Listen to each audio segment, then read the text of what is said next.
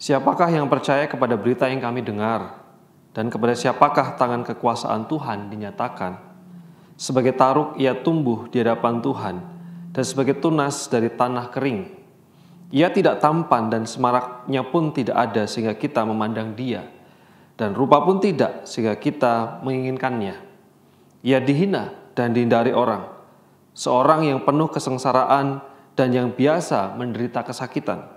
Ia sangat dihina, sehingga orang menutup mukanya terhadap dia, dan bagi kita pun dia tidak masuk hitungan. Tetapi sesungguhnya penyakit kitalah yang ditanggungnya, dan kesengsaraan kita yang dipikulnya, padahal kita mengira dia kena tulah, dipukul dan ditindas Allah.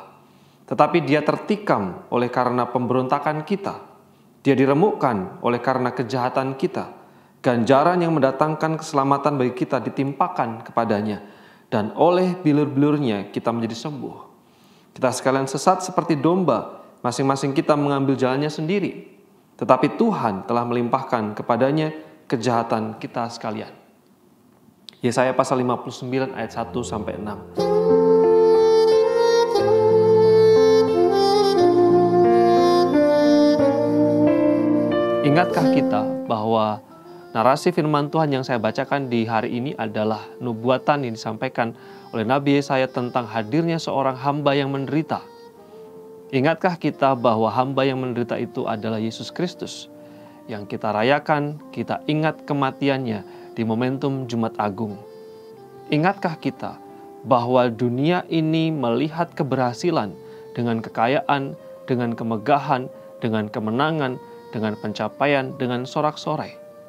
Tapi ingatkah kita di Kalvari, di Golgota, Kristus sungguh jauh dari harapan dunia. Dia ditikam, dia diremukkan, dia dihancurkan, dia diolok-olok, dihina, dibuang, dia dijauhi, dia menjadi ejekan, dia menjadi bahan celaan. Ingatkah kita betapa besar pengorbanan anugerah yang dia nyatakan di atas Kalvari itu? Ingatkah kita bahwa sesuatu yang sangat mahal, sesuatu yang paling berharga dikorbankan? Ingatkah kita bahwa dia adalah Sang Pencipta? Dia memiliki segala sesuatu. Dia punya kuasa atas segala sesuatu. Dia punya kehendak atas segala sesuatu. Tetapi ingatkah kita, dia mengambil rupa seorang hamba yang mati, yang sengsara, yang menderita di atas penderitaan yang luar biasa, tidak pernah terperi dan terbayangkan oleh setiap kita. Ingatkah kita bahwa Jumat Agung, pengorbanan Kristus, kematian Kristus, berbicara tentang anugerah yang tidak pernah manusia bisa bayangkan, atau beli, atau ganti, atau tukar dengan apapun. Dan ingatkah kita bahwa kita adalah manusia berdosa, tercela, ternoda, hina, nestapa.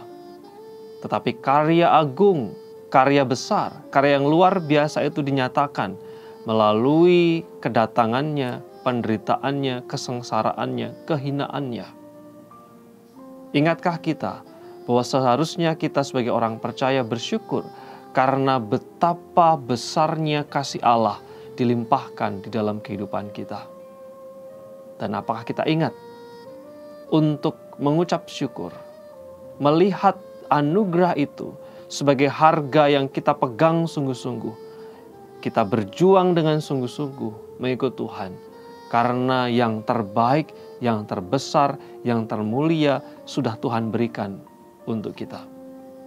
Ingatkah kita bahwa kematian Kristus bukan hanya untuk membela ajaran dari Kristus sendiri atau menunjukkan teladan moral, tapi ingatkah kita bahwa kematian Kristus sebenarnya menghasilkan karya yang luar biasa, yaitu kesempatan bagi saya, kesempatan bagi saudara untuk diampuni, dikasihi, dan dipulihkan hubungannya dengan Tuhan.